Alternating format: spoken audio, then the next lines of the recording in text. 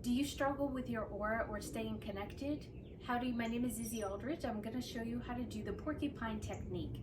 You're going to take your hands to the top of your head. You're going to take a deep breath in.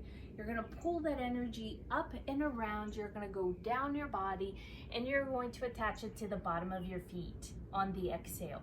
From here, you take another deep breath at the bottom of the feet, bring your hands back up, and on the exhale, attach the aura to the top of your head. We're gonna do the same thing at the third eye. Deep breath in, bring your arms around, attach it on the exhale at the bottom of the feet. From here, take a deep breath in, bring your hands back up and attach it to your third eye. You can envision a color while you're doing that.